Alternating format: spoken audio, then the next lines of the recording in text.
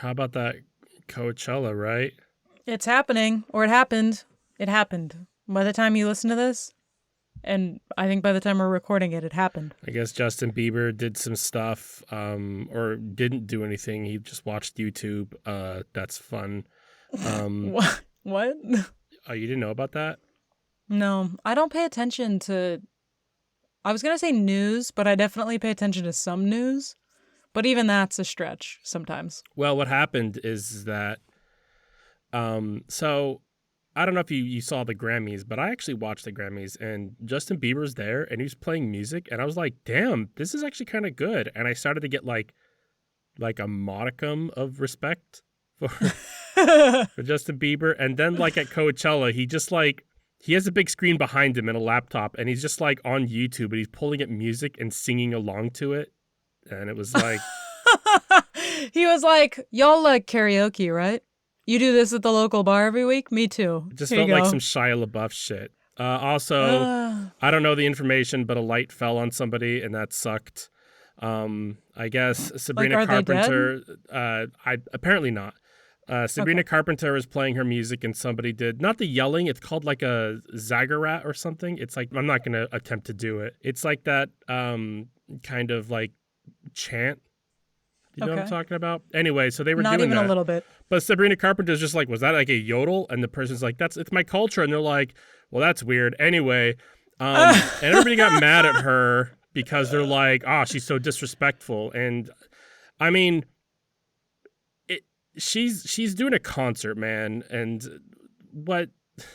Just let it go. Well, I love the expectation of like... This isn't an interactive experience. She probably didn't even hear half of what that person said and then just be like, she's a racist. Oh, yeah. She's judgmental. Yeah, because when you're singing at a concert, you've got like ear things in. You could barely hear yourself. So like maybe you didn't really hear it right. Also, there's like 1,000 people screaming at you.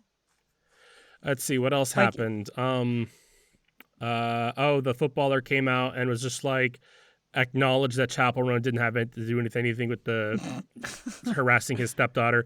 Not an apology at all.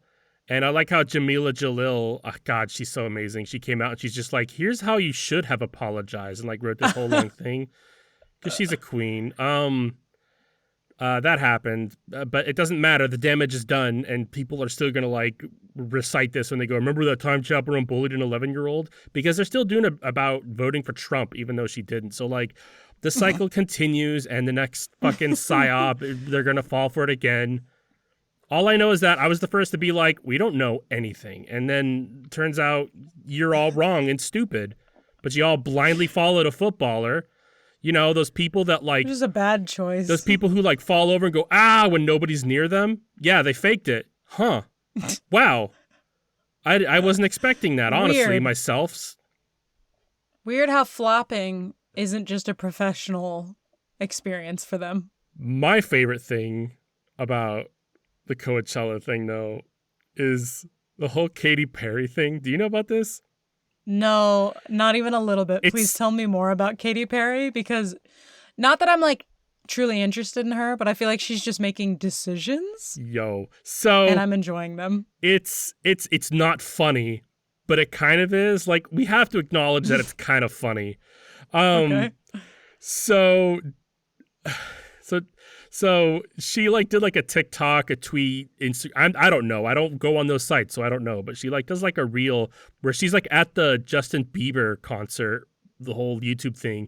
The Justin Bieber YouTube hour? Yeah, and then she's just like, wow, well, at least he has YouTube Premium, so you don't have to watch ads, which is funny. Objectively funny. Yeah. But then like that went out, and then actress Ruby Rose, do you know who that is? Is that the lesbian from Orange is the New Black a long time ago? I don't know. I know she was in the Batwoman series. Anyway, it's this actress. But she came out and she's just like, Katy Perry sexually harassed me, which is not funny. What? Yeah. And then I guess a lot of other people are being like, oh, Katy Perry sexually assaulted me too. And it's getting out there. Oh my God, the Me Too movement circling back around with Katy Perry? I guess so. But I kissed a girl and she actually didn't like it. I kissed a girl Unsolicited. I kissed a girl without asking her opinion about whether or not she wanted to be kissed. But my favorite thing, and again, not funny. This is not funny. I don't know if it's true, though, and by the time this comes out, this might have turned horrible. But okay. One of the things Ruby Rose said, because she's like going to the police and like there's actually an investigation now, and then Katy Perry's just like, nuh-uh, and that's just like, all right. But Ruby Rose's official statement that she tweeted out is, I was laying on my friend's lap to get away from Katy Perry, and then Katy Perry came up and she pulled her panties aside and put her gross vagina in my face, and I threw up. And I'm like, that's a fucking... That's so horrifically bad. I'm sorry. Look, this happening in actual life, not funny at all. I know, right? Damage telling me a story, I have no choice but to like picture things in my mind. And I was picturing it in the way that like a frat comedy would pose this situation. And that's fucking horrifying and also batshit crazy. And that's why it's a little funny, but it's fucking horrifying. That's what I'm saying is like, this is not funny. It's not funny. It's terrible, but like seeing it's this like is like appallingly outlandish. That's the part that makes you laugh is you're like, that's not like, this is like, it's not funny and this happens to people. But what the fuck? Yeah, so the thing happened and the YouTube thing came out, and then Ruby Rose like tweeted at her, Katy Perry sexually assaulted me at a spice market in a nightclub in Melbourne. Who gives a shit what she thinks? Which is like wild. A spice market nightclub. A spice market night. Okay. It's just adding more layers. And then, where is it? I was looking for what she actually said. Oh, it's funny. I'm looking at the actual thing. Somebody else already made that joke about. She said they responded to Ruby Rose with, she kissed a girl and you didn't like it. And then Ruby Rose responded, she didn't kiss me. She saw me resting on my best friend's lap to avoid her and bent down, pulled her underwear to the side, and rubbed her disgusting vagina on my face until my eyes snapped open and I projectile vomited on her. It's wild. So it's what a response to the joke. It's oh my god. It's not that's funny. Haunting. It's not funny. It's really like it is. I'm laughing, but it is truly not funny. It's really not funny. It's but actually really fucked up. Yeah, it's genuinely not funny. Fuck? That's absurd. And that's what happened at Coachella.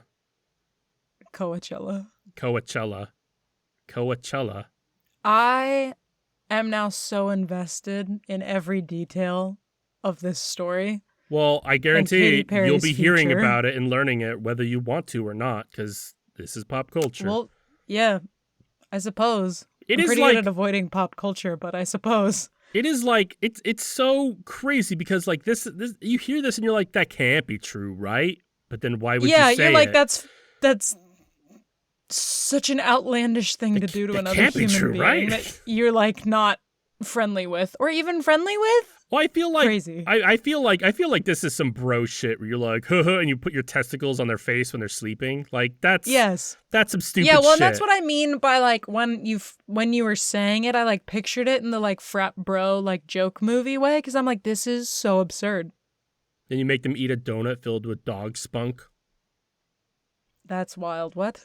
That's not Val Kilmer, Van Wilder. The movie Van Wilder, I know. Ryan Reynolds. An old Ryan Reynolds movie. Never seen it. That's fine. It's not that great. Well, it sounds like it. Somebody eats a donut with dog spunk. Yeah. Well, Coachella's wild. You mean Coachella? Coachella, yeah, sorry. All right, you ready? Sorry, hold on.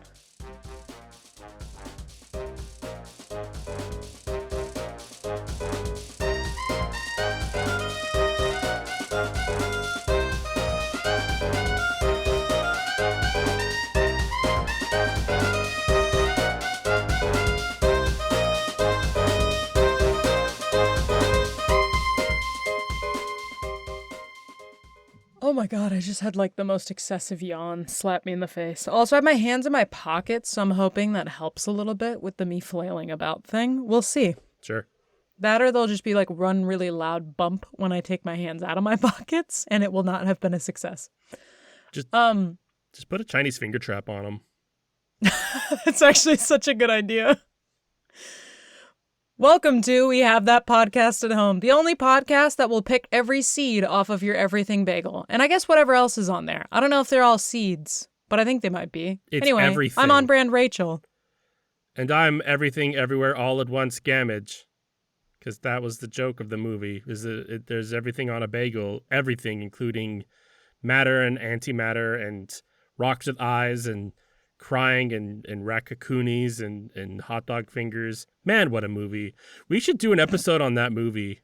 Anyway, each week we spin a wheel to figure out the genre of next week's podcast. Last week we hit pop culture, and we decided not to watch Everything Everywhere All at Once. Instead, we decided to watch some animated shows. Triple Threat Nostalgia. Normally 90s edition. Normally I had these up, but Rachel insisted that she earn her keep, despite the fact that neither of us make any money off of this. So I decided to just throw her a bone and let her lead this. And then I realized, possibly today, the reason I normally run these is that it's not on purpose. I'm not trying to. It's just that I have my notes submitted Friday and not the day of. I did this like weeks ago. Oh, you did? When we talked about it. Yeah. Oh, all right. It's been sitting in our thing. I'll take your word for it then. It's been sitting in what thing? I don't see it anywhere. In the We Have This Podcast at Home. Why do I not believe you? I am fully ready to. I'm not gonna look for it right now. I was gonna go scroll around, but that's not the point. I don't see it. I don't see it anywhere.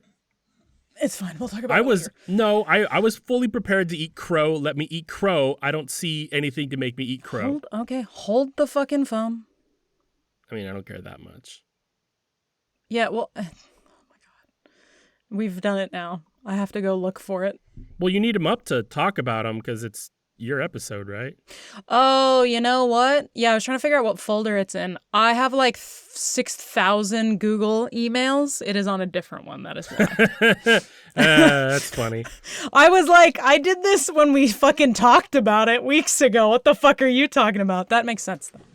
I would do my homework and then promptly turn it into the wrong location. That makes sense, yeah. But I was just thinking, like, tracks. Today, this morning, I looked up to see if you updated the document in the drive, and I'm like, nope, not there. So normally what happens is I have it done and I have it there, and then you add your notes to it, and I say like, add whatever you want and take over whatever you want to talk about. So I think you just leave things to me too often. Yeah, fair enough. I get it. You're busy. There's a point where you like have written all of it out, and so there's no point in me like erasing it to rewrite it, And that's the part that's kind of funky. But I think if we flip-flop, it'll be nice. I mean, you could highlight it. Like, you could just highlight the things and like put them in a different color. And... I guess. It just feels weird. I'm going to start highlighting only your jokes. Well, I usually don't even have... There's not nearly as many good one-liners, because sometimes you'll write the ones that you're like, I'm going to make a dumb joke about this. Sometimes. Also, sometimes because like I'm writing them and I'm like the humor just comes out and then I won't even remember it until I read it like on the episode. I'm like, that's stupid. Who did that? My problem is I made a lot of jokes while watching Gargoyles, but there was so much to watch that I was like, I can't actually say any of these jokes because I'm not going to go through each episode this way. Yeah, so we watched 3 shows. We watched Street Sharks, Gargoyles, and Captain Planet. And Captain Planet. You're leading this. Which one do you want to start with? I have nothing written down. I have absolutely nothing written down. Good. You're going on a journey with me blindly. Good luck. I mean, I watched them. Did you watch them recently? Yes. Okay. I had a bit where I was going to like go through the your notes and like just randomly like interject with like a yeah or lit. But you didn't even. No, you got to do it organically the way I do. You didn't upload your notes, so like now I have to just be in the moment. Perfect. We're gonna be starting with Street Sharks, is not the order that I watched them in, but we're gonna move the way that I watched this was Gargoyles because it was new, Captain Planet because I didn't want to fucking watch it, and then Street Sharks because I watched Street Sharks as a kid. So I was like, there will be a level of investment on the back end here no matter what. Yeah, I think that's about the order I watched them in. I think I watched Captain Planet last, but like I don't want to talk about them individually until we're actually talking about it because, yes, you know, I do have things to say. But we're going to start with Street Sharks. This is why you do this, is because I can't talk. That's why I just go, yeah, in the background. Lit. Otherwise, it's like, we're going to start with Street Sharks, which aired September 1994 to March 1977. March 1997. You're doing great. It's an animated series about four brothers who get transformed into half-human, half-shark mutants by an evil scientist named Dr. Paradigm, and then they fight crime in Fission City, which is where they are from. Their brothers get promptly renamed Ripster, Jab, Streaks, and Big Slamoo, and they use their shark-like abilities, which is, I think, perhaps a stretch sometimes, to battle Paradigm and his monstrous creations, which are pretty much other buffed out sea creatures, and eventually dinosaurs, but we'll get there.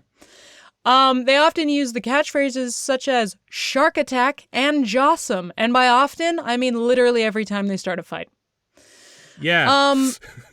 So, to begin with episode 1, we have exited the beautiful era of 80s power ballads to introduce you to whatever show you are watching, but this will, however, be the closest that we come to enjoying any sort of solid rock music during a title scene. That's and not it true. does like a fair amount of explaining the plot in its little slideshow at the beginning, but not nearly as much as some of the other ones that we watched. Also, preemptive note, not that anybody is listening to this, but I did watch all of the 5 episodes of Gargoyles that introduced the show. I did not do this with Street Sharks, which is technically the first season that's released was actually a movie that was then split up.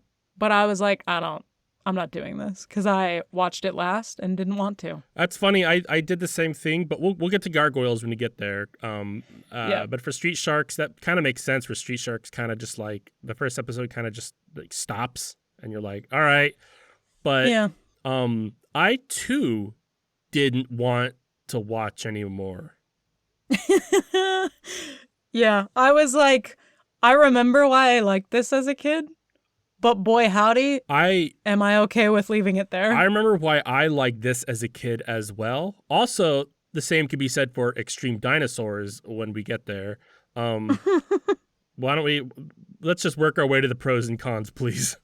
Yeah. All right. So episode 1 aired September 7th, 1994 and was called Shark Bait. Also, coincidentally, every single episode that was ever released of Street Sharks has the word shark in it.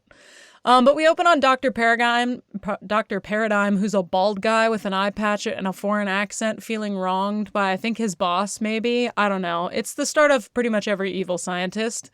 And he starts mixing human genetics, specifically Genghis Khan and a loner pirate, into other sea creatures. I think a lobster and a narwhal, I think was the other one. Or a swordfish, that's what it is. Yeah. I don't know why when I was writing it, I was like, I don't know what the fuck this is, but it's a swordfish. Anyway, the swordfish gets a golden horn, pretty good upgrade, but they all end up super buff. Think like, if you turn Power Rangers into like an animation, I feel like that's the vibe this show gives off. But he gets the man oh my God, what crack was I on? Oh, I'm not reading all of the line, that's why. Anyway, Gamage is better at this because he's done it multiple times, and I'm bad at this. Anyway, so he turns some fish into people, and then he murders a man trying to turn the man into a fish. He gets the man whomst he murders' sons to show up to a nuclear plant. One is a science guy, and he's on a motorcycle. The other one rollerblades, and that's, I think, all we learn about him. The third is Sportball Man that likes to skateboard, and the fourth is a sleepy stoner bro that I think had a jetpack. They all apparently were in like a race around the city to get to the nuclear plant, because that's how I do it with my siblings when I'm summoned by our father's assistant. And they immediately are suspicious of what has happened to their papa because the Dr. Paradigm's wearing their dad's watch. But the fish people, who are giant and buff, abduct them, and they are now the doctor's next experiment. He thinks they done did died, so he has the fish people throw them into a ravine, and some girl immediately sees the fish people do this and screams because fish people do not understand human society, so they weren't aware that they needed to not maybe be subtle while ditching a body. Water rushes into the ravine, leaving weird steamy water where their bodies once were. Also, they keep telling us about pollution in the world. Perhaps a setup for the show Captain Planet, unsure. The boys are apparently alive and seem to be fine and just hungry, and then they suddenly turn into sharks upon beginning eating a hot dog and a hamburger, which came from a hot dog stand, I'm pretty sure. And they immediately learn that, I guess, it just seemed a little off to me. Once they turn into sharks, they're really not that worried about it, and they just start eating the physical hot dog stand, like not the hot dogs in it, but just the metal in, on, and around it. Yep. There's no lag time. Sorry, go for it. Like, I love how there's you're about to say there's no lag time. That's exactly it. Is like, they're like, all right, I guess this is just it now. And they're like, let's just eat this hot dog stand, the metal and the fabric. Yeah, let's do that. Like, I don't know if the gene combination of shark and human just merged so perfectly well with these four that it was like, yeah, shark instincts have taken over. I can eat this hot dog stand. It's fine. Yeah. Yeah, I don't know. There's no adjustment process for these guys because they immediately learn that they can swim through concrete, which is one of their shark-like abilities.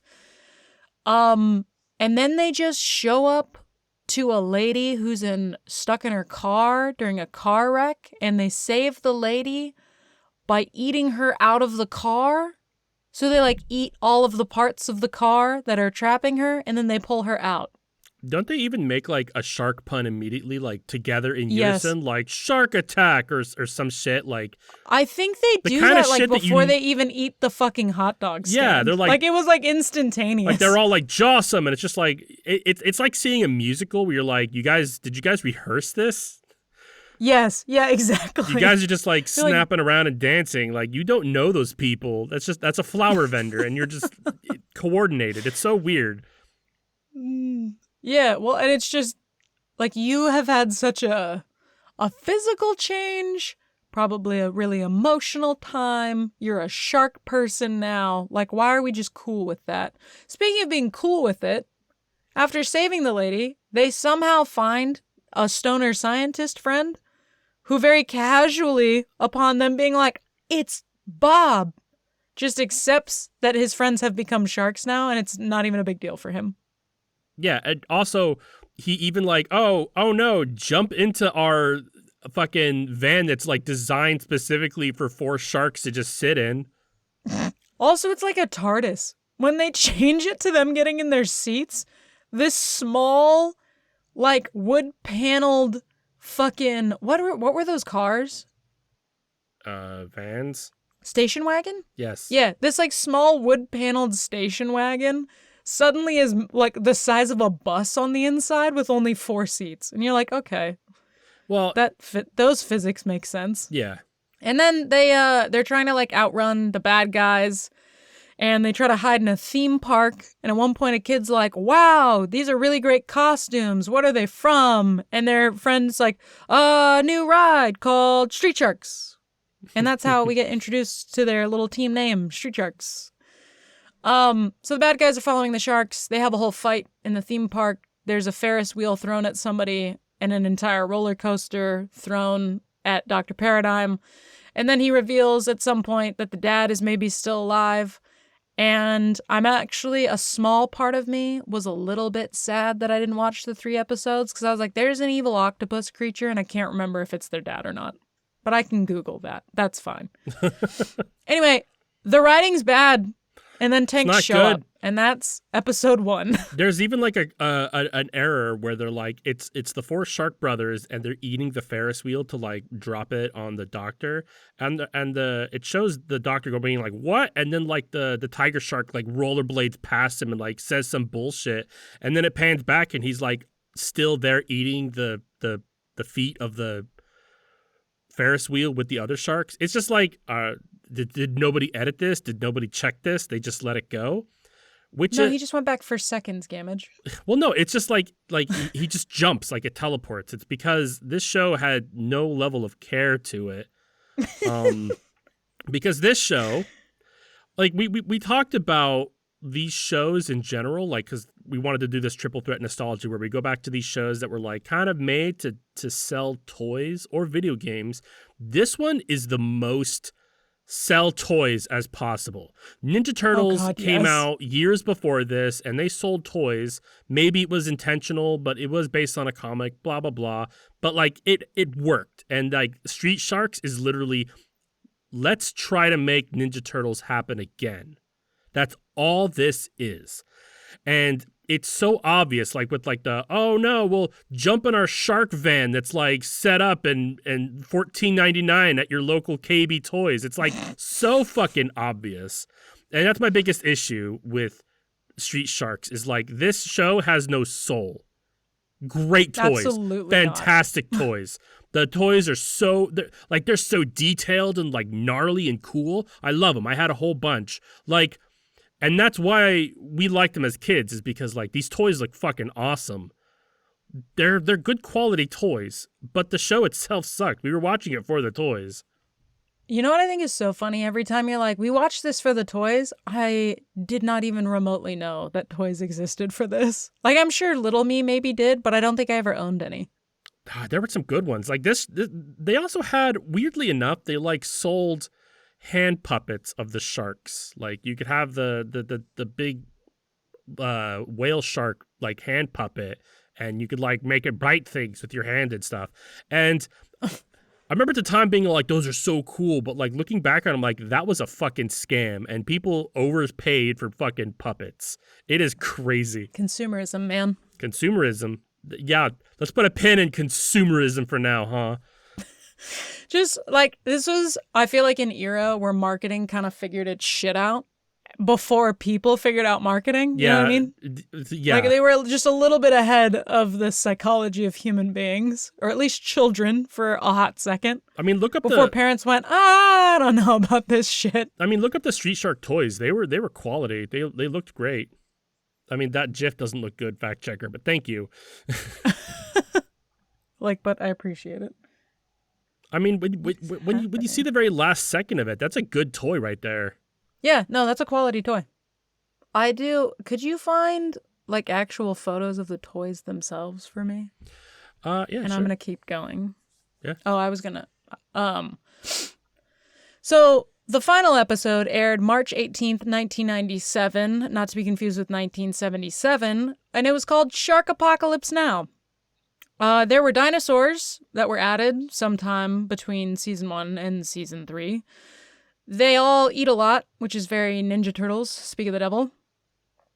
And the new dino bad guys look more like large lizards and create a mind control device while trying to abduct aliens that also just sort of look like large dinosaurs, I suppose. So I'm gonna cut in right here. So do you know about these dinosaurs at all? No. So go off, Queen. This is Extreme Dinosaurs, which is a spinoff. They had their own toy line and they had their own show and everything. They were like Street Sharks is Ninja Turtles, but with sharks. Extreme Dinosaurs with Street Sharks, but dinosaurs. So like you're getting diminishing returns with the cartoon. You remember how they look, right? Like in the cartoon, They look fucking terrible, right? I'm gonna pull up the toy real quick because like the toys, yeah, how big the teeth are. The toys were fucking something else. Yeah. Thank you, fact checker. Oh my god, those are wild. Those are so cool, right? Those are the characters that we watched in that episode, and it sucked, right? Yeah. I still have that. The bottom left one is the Tyrannosaurus Rex one, T-Bone. I still have him somewhere. It was one of my favorites. Like, these guys are so cool looking, but the show, like, you saw them. They look nothing like this in the cartoon. It is... No, they don't have nearly the same visage. Yeah.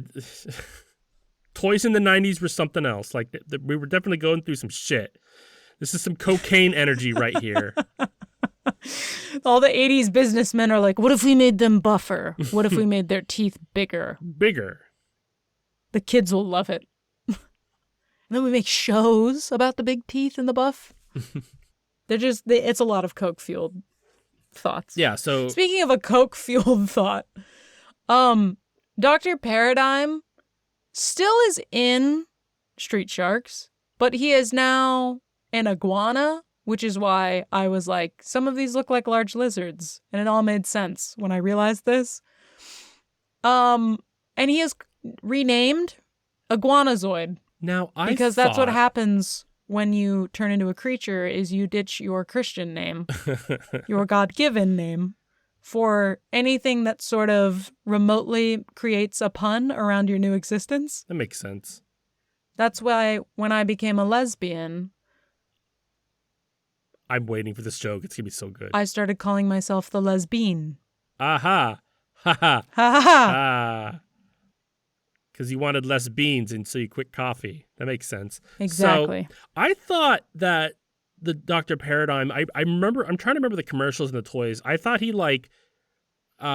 became a piranha. Like, I thought that was the whole thing. Like, his symbol's even like a big piranha thing. But I literally don't fucking remember him becoming an iguana. But it is also highly plausible that the only version of Street Sharks I have ever fucking watched is the VHS movie that only covers season 1. Yeah. Yeah, Dr. Paradigm's such a vanilla bitch in the first episode, and then he turns into a giant mech suit person, and then apparently an iguana at some point. So he regains a body. Maybe that's why? I don't know. Who's to say? Anyway, that's all somewhere between the last episode and this one. They make Street Shark pop figures. How gross. It feels very appropriate. So he becomes an iguana. There's a 3-way dino shark alien fight in a warehouse full of toxic waste. There's like 3 different plot lines going on in this, and they're all bad and they're all confusing. Yeah. Then, speaking of adding a plot line in, oh, by the way, it's less polluted now. That's another long-term plot line.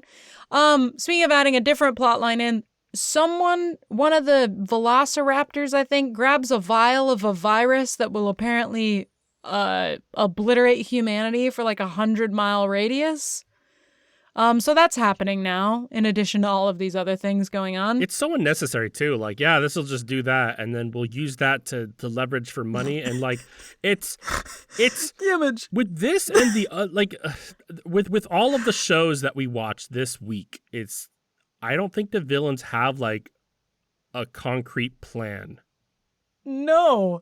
Gimage, this whole episode, like, the first one was a lot and weird. This whole episode is like, you got 12 different people. It's like those things where you give somebody like a different cutout, like part of a fucking coloring book, and then you shove it all back together at the end of the evening. Yeah. Only you had everybody do like illicit drugs beforehand, and it was your writer's team for the final episode of your show. It's like they knew they were getting canceled, and they're like, well, just throw in everybody's plot lines before it's too late. Because there's dinosaurs, there's sharks, there's aliens, there's a plot line about toxic waste, there's a plot line about defending the aliens, which they did a terrible job of, because then the aliens get mind controlled, which I don't think... No, I just skipped over it because it wasn't that important, because there's 27 other things going on. There's at least one other plot line that I'm not remembering. See, I'm going to disagree with you here. I think that this was clearly... this is the last episode. This is the last commercial we're going to be allowed to air. I need you to cram in as much toys as possible. This is what the show is. Toys, toys, toys, toys. Rachel, what you described with like they all took a page out of a coloring book and then did a bunch of drugs and then stitched it back together to see what they could get because they're off the rail now. That could have been a dope fucking show, what you described. That sounds like a lot of fun. That sounds like it would have been successful. This was a toy ad, like through and through. Yeah, I guess that's fair. I wasn't watching it with that lens, but looking back on it now, yeah, they were shoving as many things as they fucking humanly could into this. There were 2 toy lines, and I owned a bunch from both. Like, mission succeeded. Like, childhood damage was, in fact, susceptible. God, I had a cool robot shark one. Hold on. Do you think we can get Fortnite to pick up Street Sharks and popularize it again? But we buy off the trademark before they do? Yeah, it was this one. Hold on.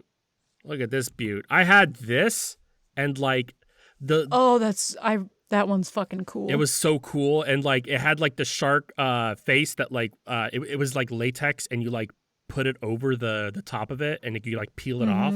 I don't remember this in the show at all, but it was fucking dope. Like they're cool toys. It is sick as fuck, though. It is sick as fuck. No, the toys are really fucking cool. If I remember, I don't know why one of them is somebody cooking. Yeah, it has like a lever that like opens up like its jaws too, so like you could open it and eat things with it. This shit fucking works for a little boy. That's all I'm saying. Dude, for little kids, man. I was a little girl, and I too was like, I'm entranced. Sell me more. Man, the artwork on the box though. That's something else. Oh, wow. Jesus Christ.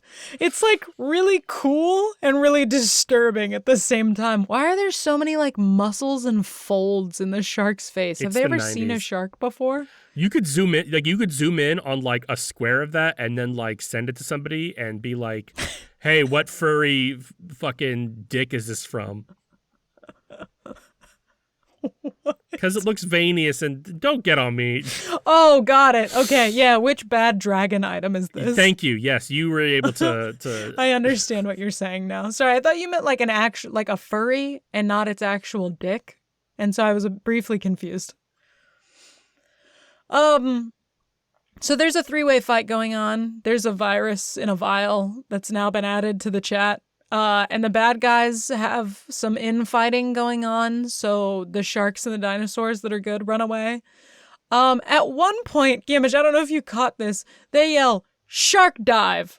And then they just run through a wall. I do think they maybe then shark dive, but I was so distracted by them just fucking Kool-Aid manning it through a wall and like not doing it for a couple more seconds that I was very entertained. The president is for sure being threatened because he's like, yeah, we're all good here. Nothing's going on down here. How are you? Hello. Yeah. When's your mom making dinner? And then their bro scientist guy runs in to the altercation and goes, they shut down the internet and the president declared martial law. So that's happening now. And then they get into a fight, another 3-way dinosaur shark alien fight in the Oval Office. And there are lots of, I want to say political jokes, but that's not really what they are. No. And I don't, like, there's just puns, political puns. It's possible, but they're not for kids. No, they're just, like, I don't even know how to describe this because they're not for adults either. They're just bad. But they're just puns about political offices, I guess. Yes. Anyway, someone somewhere is very proud of those, and good for them. I'm happy you're happy. The stoner scientist apparently saves them because half of the things that they're fighting are mind controlled, and then he takes over the mind control and is like, well, attack the other guy. Yes. And then some of the bad guys leave in a spaceship, and this was a fucking mess. Yeah. I mean, I already said everything. Like I was trying to hold it in, but I really couldn't. I said everything I really wanted to say. Is this show is for toys? That's the pro.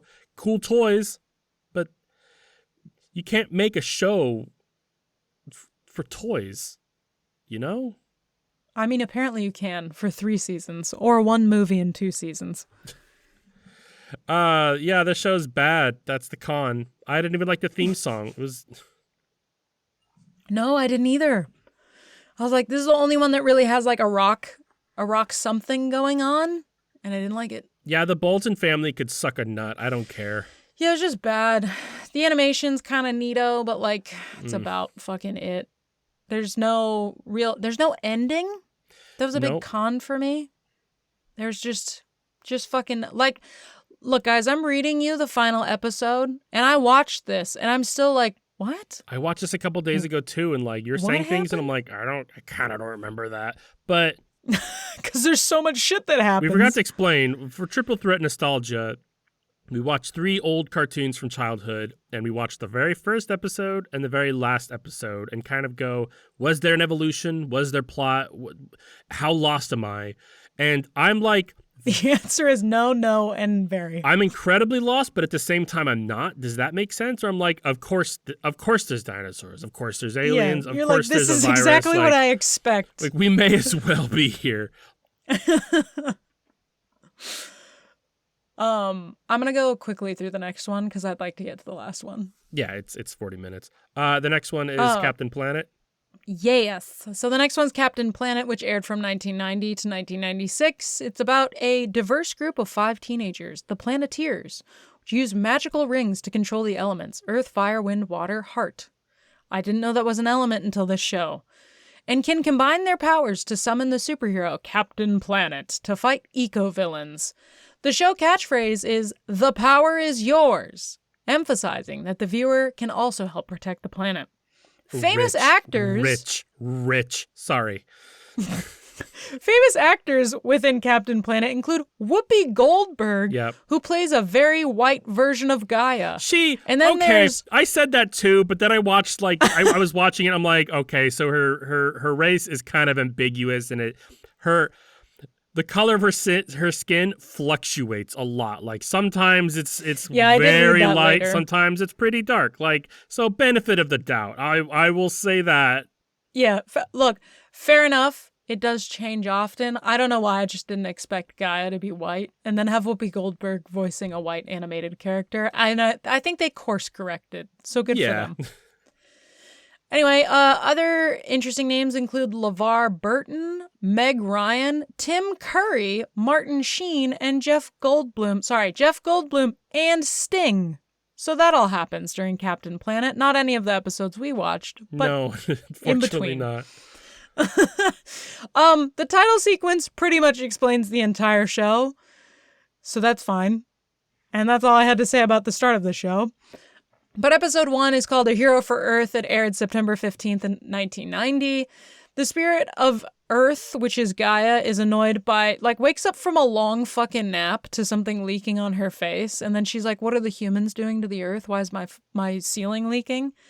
And discovers that we've become very anti the environment and are doing things like polluting everything. And so she summons the rings. And she's like, and now we need young people from 5 corners of the globe. So I did not write everybody's name down, but we get a guy from Africa, a girl from Asia, a guy from North America, a girl from the Soviet Union, and then I think another guy from South America. Now, first of all, I'm going to interrupt you. What bothers me most is that Gaia has been asleep for hundreds, thousands of years or something. And she wakes up and she's like, I need somebody from the Soviet Union. Like, took me out a little bit. I also thought this was interesting and maybe kind of progressive because when I caught Soviet Union, I was like, ooh, I think this era of time was just after the Cold War. So it's a little bit progressive to be like, we're going to include a Russian character. Sure. I'm more like, how does Gaia know what the Soviet Union is called? The Soviet Union? I know what you're nitpicking. Like that. Also, just Asia in general. Asia, very particular about Soviet Union, and then that girl from Asia. I don't know. Yeah, we got continents, and then we got Soviet Union.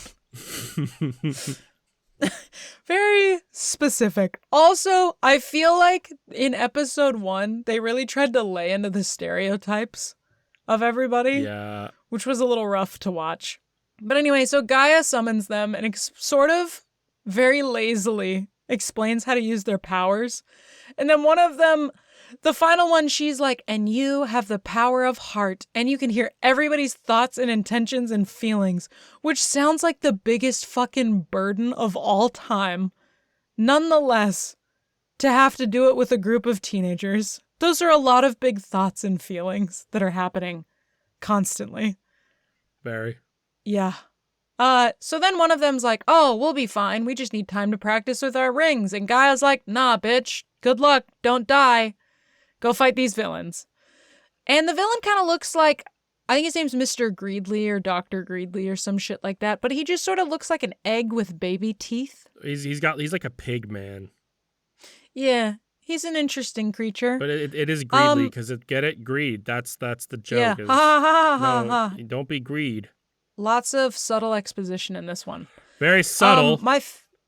My favorite line of the first episode is when the North American gentleman calls the Soviet-Russian gal Ruski Tuski as a nickname, which was the peak of the episode for me personally. So they show up and they, I think, promptly realize that they don't know what the fuck they are doing in any way, shape, and form. So they combine their powers and it summons Captain Planet, who's basically kind of like the Silver Surfer if he was wearing underwear and like a shoulder thing and had a green mullet. Mm-hmm. Sort of the vibe. I'm holding it all in. I want to unload about this, but just okay. Get through it. I'll go faster. He's like, you're actually useless, and I'm here to go clean a baby seal. And then we find out his kryptonite is toxic waste. And then we find out he's solar powered. And there's no subtlety in this show because the bad guy is named Greedley. And then at the end, he says, remember, the power is yours. And their rings basically seem to just absorb pollution is what's happening, at least in the first episode. And the end sequence is just an educational ad about environmentalism. Do you want to expound after I get through the final episode? I mean, I'll go fast. Yeah, go fast. Go fast, please, because we're already like 50 minutes in. Okay, Season 6, Episode 12 is the final episode, May 11th, 1996. There's like a type of improvement in the intro. There's like a rap rhyme now, I guess. Gaia's less white. The American guy is still a douchebag. I think the Russian lady, they completely recast because she has sort of a different, weirder accent now. They do look like they've aged a bit, which is nice for animation, but I do think it's just an artist change. In this episode, they try to save the manatees. They attempt to do this by sneaking onto a boat with celebrities and repeatedly failing until they accidentally run into the celebrities. Yes. This is not actually the last episode. I thought it was too, and I watched it, and honestly, I'm like, this episode is fucking wild, and I almost enjoy this more. It's not. I posted because it's I even edited it because that one that you're explaining is actually season 6 episode 12. The real one was season 6 episode 13, in which there's like a dog breeding fucking racket happening. Look, it's unimportant. Fun. It is unimportant. Please continue. I think we watched the same one too because I looked at the file that you posted for this and it was equally garbage as the one I watched, like quality wise. And I was like, I bet you this is the same thing. Yeah, because I ultimately okay, I need to find a better version because randomly Batman just fucking pops in and you're like, because there's also I think Ren and Stimpy at some point too, and then clearly it was on Adult Swim because that pops up at some point. There's a lot. This show is never on Adult Swim, but it is randomly because this is recorded on VHS off of watching cable TV and randomly it'll just skip and you'll just see Batman talking to Wonder Woman and then it's back to Captain Planet and you're like, this is a lot. So I fucking got myself out of it and I was looking into it and I'm like, oh, this isn't the last episode. And that's when I found the actual last episode, which is, I don't want to say a better episode, but the quality wasn't as bad. Okay. So it's in some ways better. Sure. So they, in this not last episode, attempt to sneak onto a boat to get celebrities to help with the manatees. Which includes a dude named Danny and a vapid-ass Valley Girl celebrity, which is my people, because that's where I grew up near where her ilk of people is born. Yes, Valley Girl is right here on your LinkedIn. Rachel, she's a Valley Girl. No, I just know Valley Girls. I actually met somebody. I went for my fake 18th birthday. I went to a club. And I was talking to this girl from England, and she was like, "Oh, you don't have a shitty accent." I was like, "What does that mean?" And she was like started doing it, and I was like, "Oh, that's actually really funny that you just expected every American to sound like this in California." Anyway, so the villain got a little bit of an upgrade. He has like a tattoo and a leather jacket now. He still looks like a pig egg with teeth. The villains try to inflate tits and a butt and get waxes to imitate the sexy lady celebrity. Yeah. I don't really understand what the fuck was supposed to be happening with this episode. Somehow, some of the Planeteers got captured, which it glitched through, so I don't know. There's a pig boat. Surprise, there was actually 2 pig boats. And then there's some shit where they're getting kidnapped and they fight on boats, and they're definitely more capable in this episode, but Captain Planet still arrives for the ending, and he just sort of gently moves the boats off of a jump and then makes them row with oars back so that they don't kill the manatees. And the American guy gets kissed by a manatee at the end. And that's not the last episode. I don't even want to talk about the other. It's like a dog breeding one. They're breeding dogs. That's so weird and confusing. Very. Also, that shark robot guy, I found 3 photos of him, and they're all wildly different in the show. So, like, I'm wondering if they, like, changed animation studios several times or something.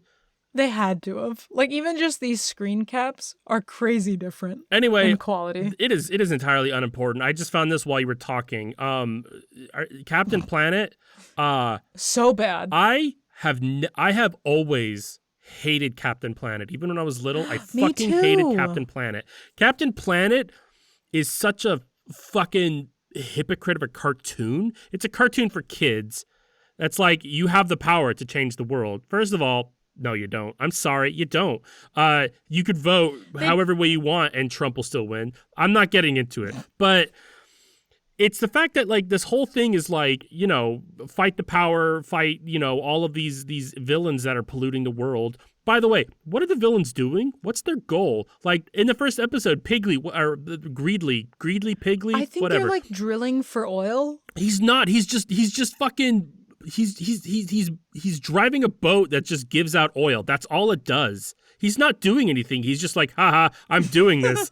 Like, there's no rhyme or reason why he's doing this. I thought he was drilling for oil. No, because it's moving. He's just like, yeah, I'm fucking oil everywhere. I don't give a fuck. It makes no sense. And even the last episode, like, they're like, I'm breeding a dog, and it's just breeding dogs. And it's just like, okay, for cool. money, like, not really. And it's just like, why are these villains doing this? No real reason other than to just be dicks. Like, there's no actual reason. And like, the whole thing is supposed to be like you have to stop this, and you have to, like, be pro eco-friendly. And it's just like, great. You know what the real reason is? You know what the real villain here is? Consumerism, capitalism, which is what this show is. This show, it's Street Sharks too, I know, but like, this show itself being made is here. Like, this is the enemy, and like, we're watching it going like, yeah, man, yeah, fight the power. What was phenomenal to me is that the message is very much like, you have the power to fight this. But at least in the first episode, and I guess kind of in the second episode, because I don't think they really did much of anything at all, they don't actually do anything. Like, they're just summoning this godlike being to go take care of their problems, and that doesn't fucking exist. Exactly. Like, they're like, go wash off the seals with your magic fucking ring. Like, no part of this really actually gives off the message that I have the power to do anything. Except for, like, maybe pick up litter and stick it in the trash. Like, none of this felt good. And I don't know. I have always hated Captain Planet as well, so I'm glad that you are sitting on this side of the fence. But I don't know.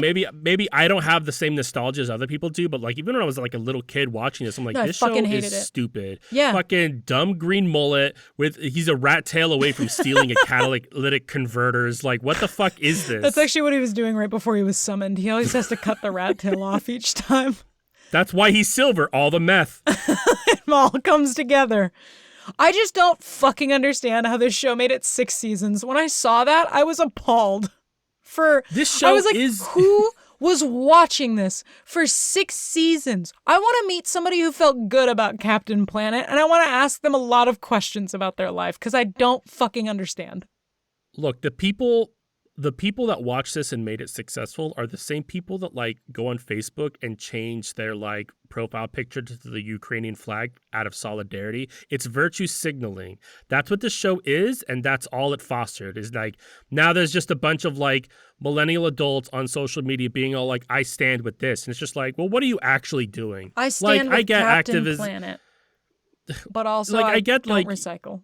Like I get like social media, you're kind of using the platform to do like, you know, activism a little bit, but like you're kind of just saying like obvious shit, but you're not actually doing anything to change it or make it better. It's just virtue signaling. That's all the show is. And that's like, and unfortunately, Whoopi Goldberg and LeVar Burton kind of just fell into the trap of like, we're changing the world. Like you kind of aren't. And you're like LeVar Burton did Reading Rainbow, and that was wildly more effective than whatever happened here. Yeah, it's like virtue signaling, and it almost has the vibes of when you're in a meeting with somebody and you can tell when somebody is just shoving their nose into someone else's ass because they just sort of repeat the same thing that whatever the, like, I don't know, the head honcho in the room says, but with slightly different words. And it's like, you're not actually contributing anything. You're just fluffing an ego. And that's this entire show was like, you're fluffing someone's ego, or I'm watching this to fluff my ego. And it just meaningless. Yeah, exactly. Is you already said it. Is like, it's ultimately like, oh no, like let's just get fucking John over there to deal with our problems for us. And he'll do it after he steals that catalytic converter. Just right after he does that. Let's talk about Gargoyles, Rachel. Yes. Okay. Gargoyles was everything these two shows weren't. Gargoyles aired from 1944 to 1944. What crack was I on when I wrote this? I need you.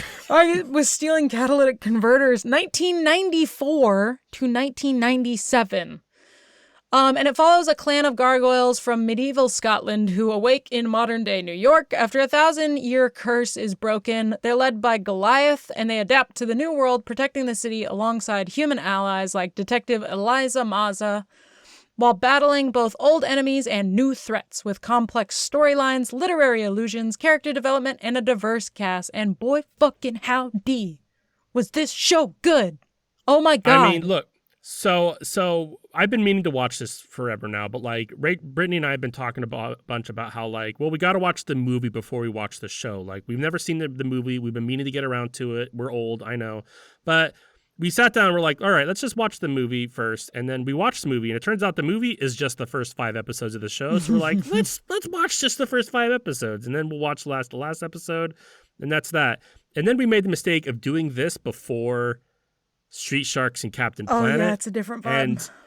And boy, it was hard to get through everything else. I had to struggle because Street Sharks, Gargoyles, I kind of just like let it go, and I'm like, yeah, like I watched it for a little bit. Like while I was doing other shit, there was an episode of like dog people. Like they weren't dog people, but they call themselves dogs. Like they were Dog the Bounty Hunter and Fox and shit. Stupid names, but Gargoyles is really good. Gargoyles is so good. I watched Gargoyles. I did the same thing where I watched the first 5 episodes because I caught that it was like part 1, 2, 3, 4, 5.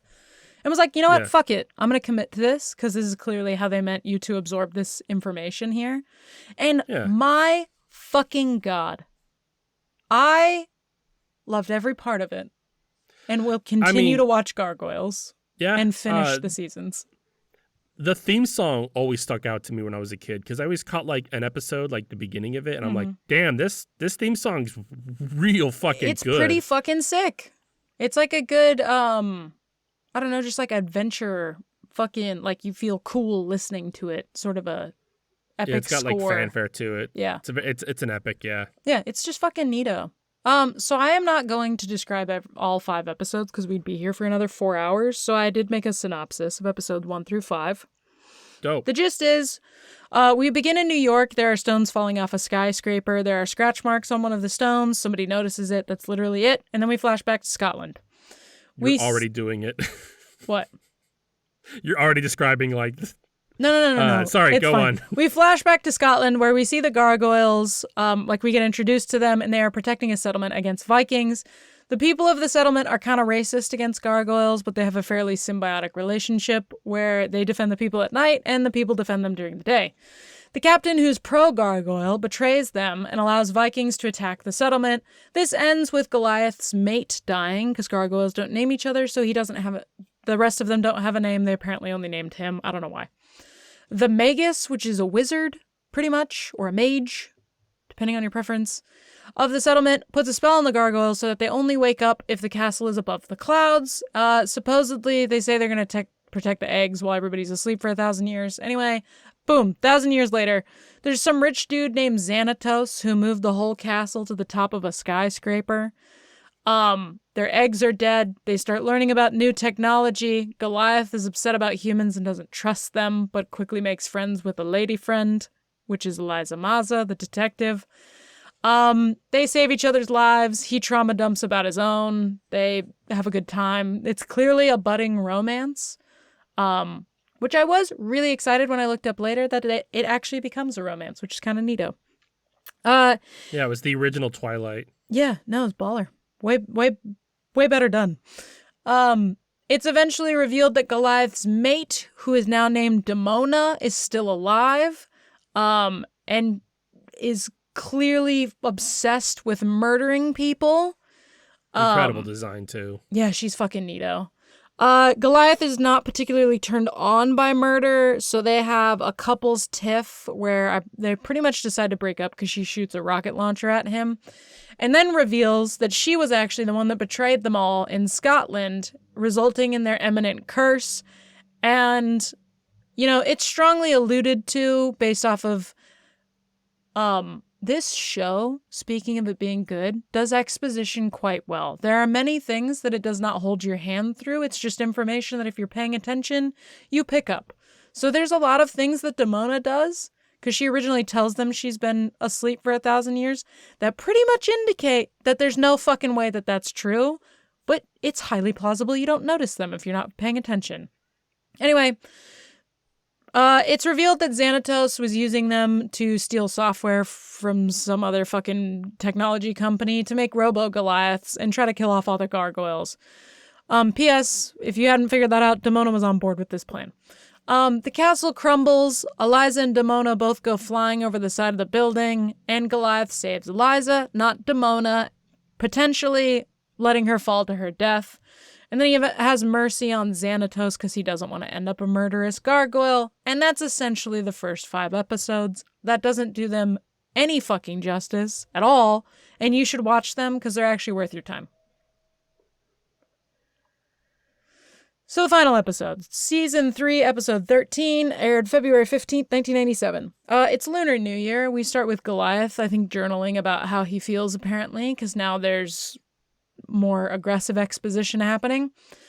They all fight crime now. The general public are aware that gargoyles exist, but are still kind of scared of them and racist. There's anti-gargoyle propaganda going on, and they've created a sort of vigilante crime-fighting squad. There's a new lady gargoyle named Angela, so the species doesn't die off, so that's exciting. She's supposed to be Goliath's daughter, they were saying? That would make sense, because all of the eggs, I imagine, came from Demona and Goliath.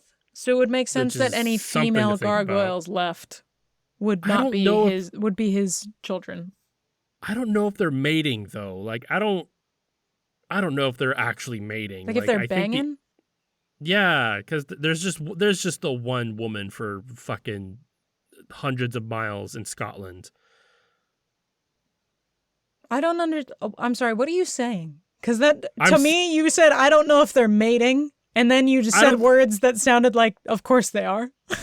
No, I'm saying, like, I don't think the gargoyles are, like, mating at all. Like, I know that there's eggs. I don't know how the eggs come about. It's just... You don't think Goliath and Demona you think they are not mating? I don't think they have genitals. Okay, so you think they're like gargoyles. Asexually drop eggs out of their ass? Fact checker said they mold the eggs from clay. Is that canon or is that a suggestion? I don't think the gargoyles are fucking, Rachel. Well, no, but here's my thing. Is there like all the eggs are gone? Wouldn't you just fucking go get more clay and make more gargoyles? Girl, I don't know how it works. All I know is that I'm pretty sure they're not fucking. Anyway, okay. I thought it was implied, personally, because there's a bunch of Fact eggs. checker, are the gargoyles fucking? Yeah, I need to know this. Don't ask AO3. They will have a different opinion. But are the gargoyles fucking? Anyway, I would have assumed that those are their eggs, since they're the two that appear to have a lovey-dovey relationship, but maybe it's asexual. Who's to say? Eggs are the result of the Gargate reproductive cycle. It is also a nickname bestowed by Princess Carrot. Why? Hold on, I have to open this fully. This does say okay. When a female gargoyle goes into heat and mates with a male gargoyle. Oh shit, motherfucker! I did not need to hear gargoyle goes into heat. Like, hold on. With a male gargoyle on or near the autumn equinox every 20 years, those ending in 7. What the fuck? So 1927, 947, 967, 987, the female gargoyle incubates the resulting embryo inside her body for 6 months while forming an egg around it. The egg is laid on or near the night of the spring equinox the following year, e.g. 928, 948, 968, 988. This is bonkers. At the time of laying, the egg is soft-shelled and flexible, rather like a reptile egg. This aids in the laying process and presumably makes the birthing of the egg significantly safer for the female.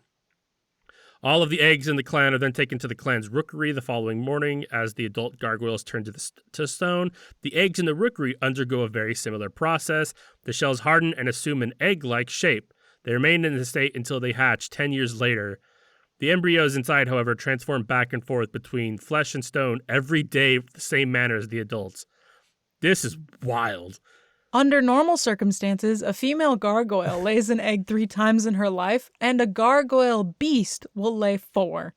However, certain circumstances may cause a female to produce fewer eggs.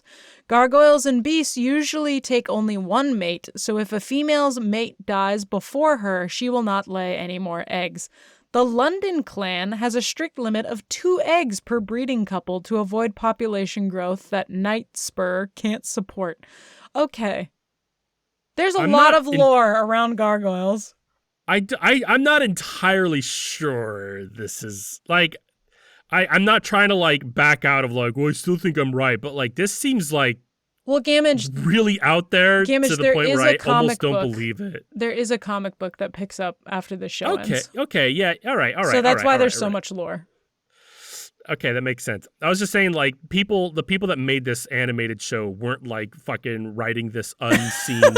All of this shit, they were, like, right before they fucking sketched out the first eggs movie. Of 9-8, 928, 948, 968. Hey. But my thing was, I was saying that Demona is the only female in the Scotland clan. Was she, like... But there were a lot of eggs that we saw. Well, you just said that they only take 1 mate, so that's Goliath. But then all of those eggs were just... Just a lot of them fucking... Sure. Okay, go on. Let's get through this. Anyway, so there's anti-gargoyle propaganda going around as they vigilante fight crime. The new lady gargoyle, who is baby Goliath's child, so the species doesn't die off with him. They get caught out in the sun on a building that is rigged to blow up, and they are presumed dead for about 2 minutes before it is revealed that they are alive. Big, heartbreaking moment for everybody. So the new female gargoyle and one of the, I forget the dog's name, Bronx, they end up being stoned and then taken into custody for supposedly blowing up the building and accidentally killing their friends at the same time. So the city's framing them, and they're all pissed at the gargoyles. Xanatos, who is apparently a good guy now, actually saved the gargoyles from being blown up and was trying to give them the option to start a new life where people don't know that they exist anymore and they're allowed to exist freely, which is kind of a sweet. It feels like when your cat brings you some plot, a dead bird and you're like, I get that the sentiment behind this was nice, but this was a crazy way to fucking do this. So the whole thing gets centered around rescuing Angela and Bronx from the police, and there's a new evil corporation that wants to kill them. This episode is a lot more action than talk. They end up on a train, and there's fucking mech people with hoods and Thor's hammers. We've missed a lot of story. It's very KKK, but not white. And not pointy. Their hoods are a little bit slouchy. A little slouchy. Bit. Like, the fact is I spun my eyes to the monitor and went, that's the KKK. Yes, every time. It wasn't enough of a change. Every time. It wasn't enough of a change. So there's some lines that allude to this particular group of people as an extension of the Vikings that they originally fought. But again, we're missing so much story building. I'm not even going to begin to tackle that. So they end up saving the whole train, including the city mayor, who decides to stop being a fucking asshole about them being gargoyles. And there's kind of like an end cap monologue that I feel like it wasn't bad. I agree. Like, it wasn't written poorly, but I feel like it fell kind of flat with how much story building there was in what is, I guess, technically 5 episodes. So maybe I should watch the last 5 before I judge the last actual episode. But it felt like it kind of ended abruptly for me. Yeah, sure. I feel like the Disney shows, we have a lot more luck of like there being an actual ending probably earlier on than what the actual last episode is. Because I'm pretty sure the same thing happened with Gummy Bears, where like there was an ending where they fought the bad guy and beat him, and then like the last like 5 episodes or so were kind of like just not really like anything. We're probably truly getting, I feel like with how Gargoyles was made, we're probably getting the ending of like, we have already tied up so many ribbons that this was the last one. Yeah. And instead of seeing all of that together, sorry, I just slapped my mic. Instead of seeing all of that together, we're getting just this snippet of the very, very end point. And it's like watching the last 5 minutes of a movie, you're never going to understand all of the other plot lines that got tied up. I did really like that. I feel like there was a lot of existential lines that the Gargoyles say, especially in those first 5 episodes. I mean, yeah, the show was deep. It's so good. Like, he says some deep stuff at the very beginning about humanity, and then obviously struggles with it later because humans murdered his family, or at least he thinks that. But like the naming things adds limits to them was a really good line. And I love that they took so much care to actually build the world and the story and explore the concept of them experiencing new technology and language for the first time. And there being various levels of interest in that technology and language and the humans around them. And some of the writing feels like a little bit inconsistent because they're like, we can't fly. And then there's scenes where it feels like they're clearly fucking gliding. flying. They're I know. gliding. It was like a little bit of a stretch. I know what you're saying. I agree. Like, this is definitely like for kids, so there's like some suspension of disbelief, but like it was inconsistent, but like also such a minor thing that I was having such a good time I didn't care. I had to nitpick to find something I didn't like about this, and it was like the only portion of that was there was tiny inconsistencies. Like, one was they're like, you've changed so much in the last 1,000 years. And actually, I'm not even going to use that one because never mind. I take it the fuck back. Okay, I was going to say it because I was like, you were both asleep for 1,000 years.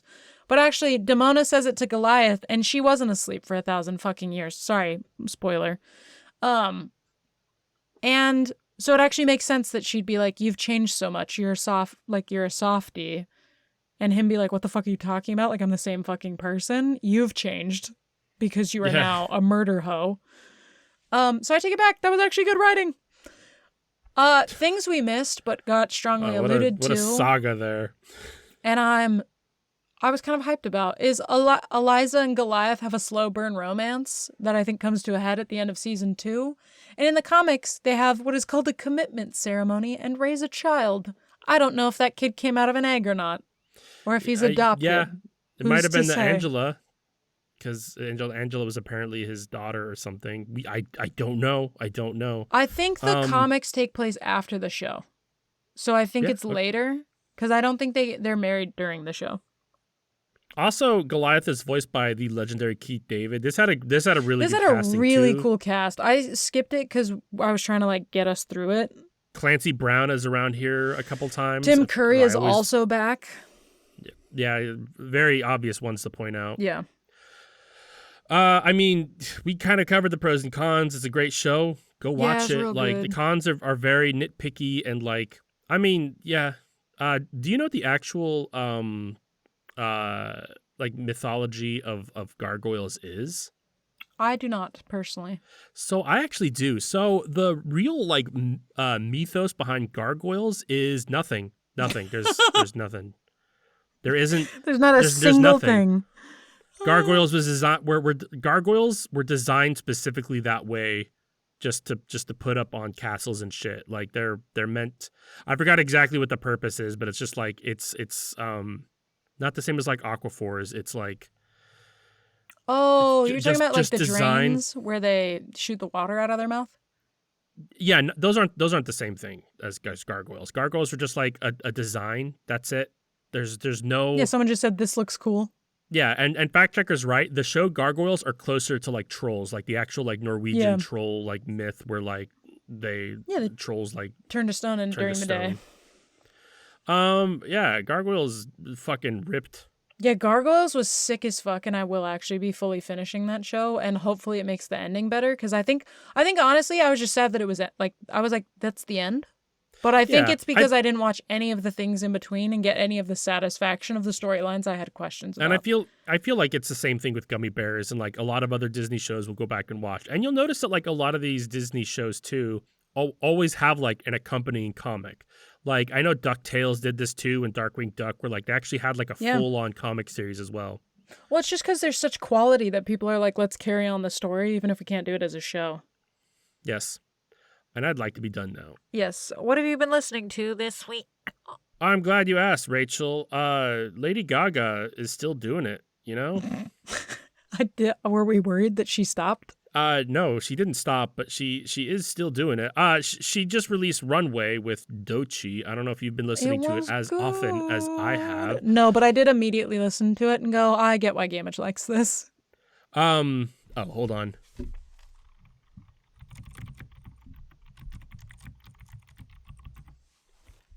Anyway, so we're done, Brittany. Oh, Brittany tried to be educational about gargoyles. And Gamage just sat back. This is fucking pointless. Who asked? But it's a great song because it's with Doechii. I love Doechii. Honestly, like if we were to do if we were doing the show back in like 2020, like Doechii would have been my top album of that year. Yeah. Oh, The Places You'll Go, damn good. Or was it 2021? I don't remember because I wasn't tracking them that point. But like what I love most about Lady Gaga collabs is that like it's never like featuring so and so and then they come in and they like rap a line and then they're out. Like they're fully featured in the song. They're heavily involved. Like, and Doechii gets to shine in this song, and I love that. And it's definitely one of those things where like I really enjoy that an artist that I enjoy loves music with me. Yeah. Because we were already talking about this off the podcast, is that like Lady Gaga just celebrated her 40th birthday. Is she really 40? I know, right? I don't know why she's timeless in my brain, you know? I get it, yeah. But like it's the fact that she like released a TikTok and she's just like, I'm 40 now, and even said like Hot and Freddie, Robin, and Ray filled my birthday with their beautiful new albums. And it's just like the fact that Lady Gaga was just like, hey, Ray and Hot and Freddie were like some of the best albums ever. Yeah. Also, the TikTok had Shy Girl playing to it, which is dear to my heart. But like, yeah, it's just that like you and I have been talking about Ray and Hot and Freddie forever. So like the fact that like Lady Gaga's out there being like, I know, right? Like it feels weird. Like, but if you listen to Mayhem as often as I did, like you'll know that like you'll hear a lot of little intricacies of like she's got good taste in music. Oh God, yeah. I don't think you can. Damn, I was gonna say I don't think you can become that like famous, and then I realized, sorry, Taylor Swift exists. I don't think she's bad at her job, but she is not necessarily like the level of talent and deep thought that I feel with other music, personally. Don't stab me on the street. I mean, it makes me think like we're not musicians. We're not Lady Gaga talented in the slightest, but like it feels nice that like Lady Gaga hears the same things we do when she's listening to music. See, I think you have a much deeper soulful connection to music than I do a lot of the times. I think sometimes I'll get really into it, but not in the same way. For me, I just always get so excited when a powerful artist like recognizes people that are new and up and coming and then uses their platform to pretty much like help that person up. If no one had ever heard of Ray or heard of Hot and Freddie, has now watched this, and these people are going to blow the fuck up. What's crazy, and it does suck too, because Hot and Freddie like announced like a tour for this album, and like all the tickets everywhere are sold out except Seattle. Go figure. Really? It sucks for me. I gotta go get in there. But what's interesting is that like Lady Gaga tweeted out like love you so much, big fan, and then Hot and Freddie are like, mother, we love you. But Lady Gaga said something that like stuck out like a nail.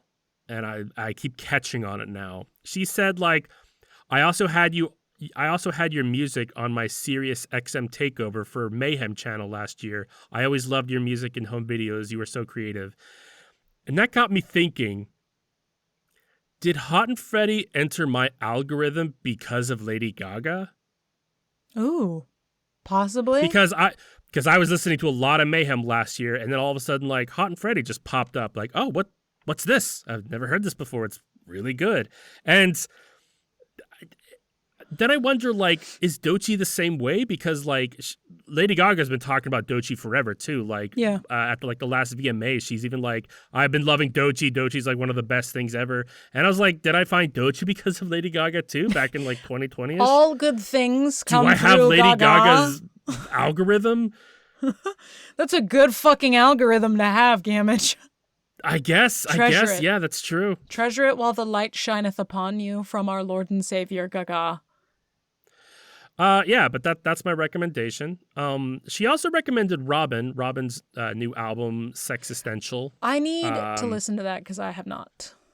It's pretty good. I didn't dislike it. I didn't love it either. I think like the last like 2 songs, I was like, oh no, this is really good. But I think my only gripe with it is that like the music is very like kind of future-y. It feels like it's in space. It's very like, I don't know, space punk. Okay. But like there's a couple songs where she's like kind of singing with like kind of like auto kind of robot tone. Yeah. But I kept getting taken out because it kept sounding like those videos of the people that like do that kind of wheeze laugh while they're talking. Do you know what I'm talking about? Yeah, I think that like yeah. I just kept hearing that, and I'm like, that's like the word moist to me. Like I'm not feeling just like, this. I can't do it. Like the song itself is fine, but like that pops up, and I'm like, it's a cold shower. I'm sorry. I'm immediately turned off. Thank you. Yeah. That's fair. What have you been listening to? I have been listening to Xynadelphia, which I don't think I've suggested before, but this is like one of those... Zinfandel made in Philadelphia?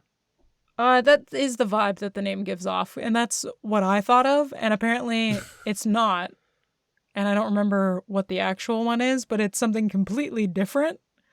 weird. Yeah, I know. I don't think it involves.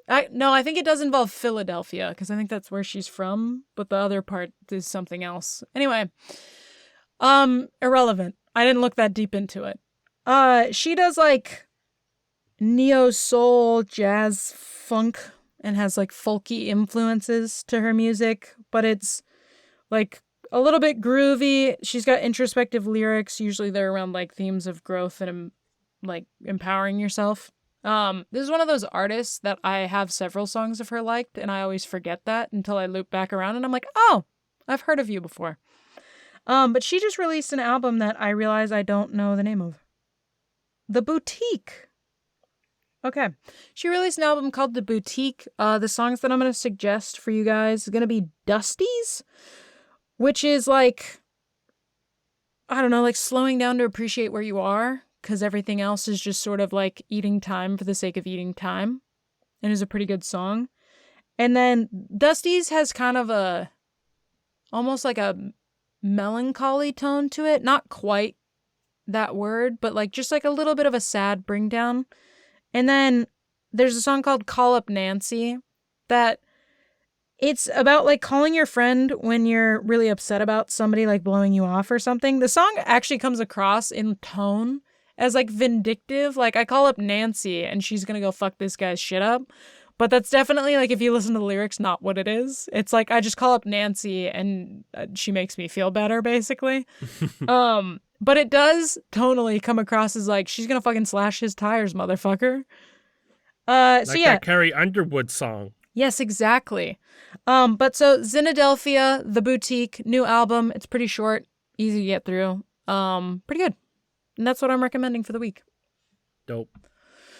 Yeah. Oh my God, where's my mouse? I have to move things. Well, thank you for listening to We Have That Podcast at Home. We have an Instagram you should look at. Our fact checker likes to post cool things on there. And we also have a Blue Sky at Witpa, and there's things that are posted there as well. And then we have a wheel, and I spun it. And oh, look, there's the wheel. We got true crime, which I think is just autism hour now. And you hate that I say true that crime. Every time I say it. I've been... also Instagram is We Have That Podcast at Home, all one word. And then for Blue Sky, it's just Witpa, WHTPAH. Same with our Gmail. You can also email us at WHTPAHHHH@gmail.com. Just one H. One H. That's it. One H and then another H. Yeah. Because there's Witpa. I've been Opera and Gamage. Bye. Been Opera and Rachel, and this has been We Have That Podcast at Home. Go watch Gargoyles.